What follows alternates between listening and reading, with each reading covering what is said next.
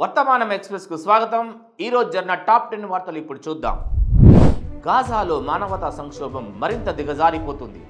United nations మానవతా వ్యవహారాల సమన్వయ కార్యాలయం OCHA తాజా నివేదిక వెల్లడించిన వివరాల ప్రకారం గత 2 వారాల వ్యవధిలో 2,80,000 మంది గాజా వాసులు బలవంతంగా తమ నివాసాలను వదిలి వెళ్లాల్సి వచ్చింది.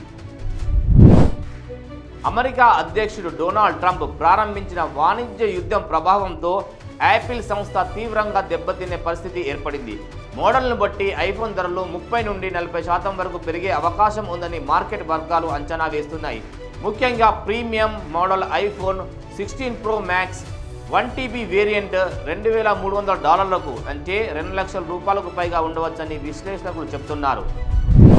పంజాబ్ ప్రతిపక్ష నేత ప్రతాప్ సింగ్ బాజ్వా వక్ఫ్ సవరణ చట్టం రాజ్యాంగ ఉల్లంఘనగా విమర్శిస్తూ మత వ్యవహారాల్లో ప్రభుత్వ జోక్యం, వక్ఫ్ బోర్డుల అధికార తగ్గింపు మరియు ముస్లిమేతరులు కీలక పదవుల్లో నియమించడం వంటి మార్పులను తీవ్రంగా ఖండించారు. వక్ఫ్ సవరణ బిల్లును తాము సుప్రీంకోర్టులో సవాలు చేస్తానని కాంగ్రెస్ సీనియర్ నేత జైరాం రమేష్ ప్రకటించారు.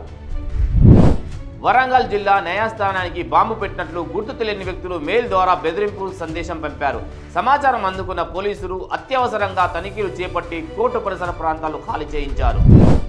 తెలంగాణ డిప్యూటీ సీఎం బట్టి విక్రమార్క కంచి గచ్చిబౌలి 400 ఎకరాల భూ వివాదంపై ఉన్నతాధికారులతో సమావేశం నిర్వహించగా సుప్రీంకోర్టు ఆదేశాల నేపథ్యంలో అన్ని రకాల కార్యకలాపాలు నిలిపివేయాలని చర్చ జరిగింది.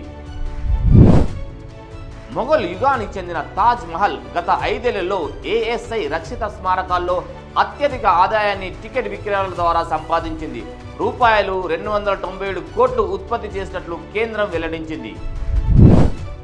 భూములు అమ్మకానికి పెట్టి హామీలు అమలు చేయాలని చూస్తున్న తెలంగాణ ప్రభుత్వాన్ని బీజేపీ ఎంపీ ఈటెల రాజేందర్ తీవ్రంగా విమర్శిస్తూ 2025-26 బడ్జెట్ రూపాయలు 3,04,000 కోట్లు ప్రవేశపెట్టినా ఖర్చు చేయలేని నిస్సహాయ స్థితికి ప్రభుత్వం చేరుకుందని హెచ్చరించారు. అంతర్జాతీయ మార్కెట్లపై ట్రంప్ తారీఫ్ ప్రకటన ప్రభావం చూపడంతో దేశీయ స్టాక్ మార్కెట్లు శుక్రవారం నష్టాల్లో ప్రారంభమయ్యాయి. ఉదయం 10:15 సెన్సెక్స్ 744 పాయింట్లు పడిపోయింది. యుద్ధం కారణంగా శిథిల నగరం గాజా పేలని బాంబులతో నిండిపోయింది. వాటిని తొలగించడానికి సంవత్సరాలు పడుతుంది.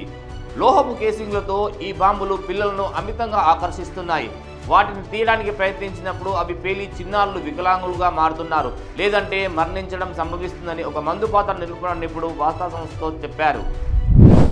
ఈ వార్తలు ఇంతటితో సమాప్తం. మరిన్ని హాట్ టాపిక్స్ కోసం వర్తమానం ఛానల్ని లైక్, షేర్, సబ్స్క్రైబ్ చేయండి. మీ అభిప్రాయాలను కామెంట్ రూపంలో తెలియచేయండి.